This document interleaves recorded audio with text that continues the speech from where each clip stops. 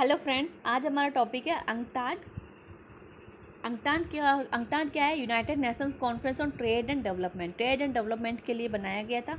आप बोलेंगे कि डब्ल्यूटीओ भी ट्रेड के लिए था, ट्रेड रिलेटेड एस्पेक्ट्स के लिए था, ट्रेड को डेवलपमेंट को असिस्ट करने के लिए था। तो फिर अंकटाड क्यों बनाया गया?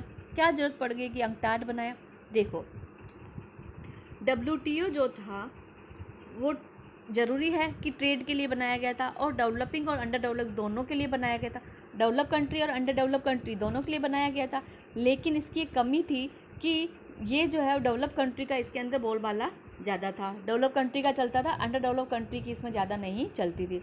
इसके लिए अंडर डेवलप कंट्री वालों ने बोला कि हमारा क्या होगा, तो इसलिए अंडर डेवलप कंट्री के लिए बनाया गया अंकटाड। जो अंडर डेवलपिंग कंट्रीज़ हैं उनकी असिस्ट करेगा, उनको उनके ट्रेड और डेवलपमेंट के लिए हेल्प करेगा। कौन? अंकटाड। इसीलिए तो हम अंकटाड को अंडर डेवलपिंग कंट्रीज़ का फ्रेंड भी कहते हैं।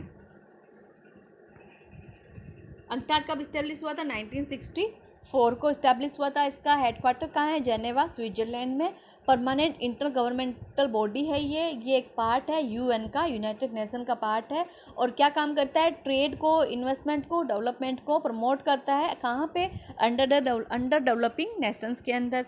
और प्राइमरी ऑब्जेक्टिव क्या है इसका? फॉर्मुलेट करना, पॉलिसीज़ बनाना रिलेटेड टू डेवलपमेंट, ट्रेड और इन्वेस्टमेंट। अंकटाड की 4 साल में एक मीटिंग भी बुलाई जाती है, 4 साल में एक बार। अंकटाड के फंक्शंस पढ़ते हैं।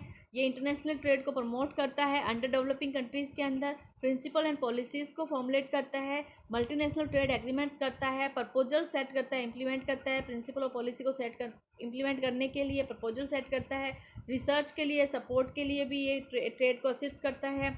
और यूएन नेशंस का ये पार्ट है जहाँ पे उसके अकॉर्डिंग, उसकी एक्टिविटीज़ के अकॉर्डिंग उसके अकॉर्डिंग इकोनॉमिक डेवलपमेंट और इंटरनेशनल ट्रेड करता है।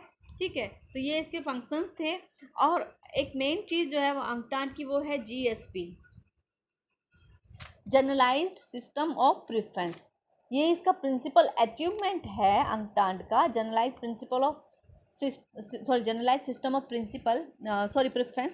System of preference.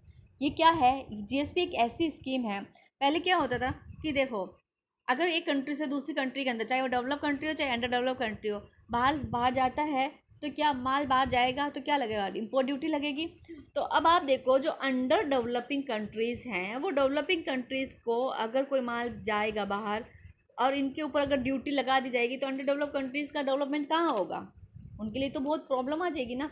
तो जीएसपी स्कीम अंकटाड ने चालू की थी। और इसके अकॉर्डिंग क्या होता है? अंडर डेवलपिंग कंट्री से अगर डेवलपिंग कंट्री के अंदर कोई भी बाहर जाएगा माल तो कोई ड्यूटी नहीं लगेगी। ठीक है, तो ये एक ऐसा प्लेटफॉर्म प्रोवाइड करता है अंकटाड जहाँ पर अंडर डेवलपिंग नेशंस अपनी इकोनॉमी को डेवलपमेंट के लिए डिस्कशन कर सकते हैं। Thank you.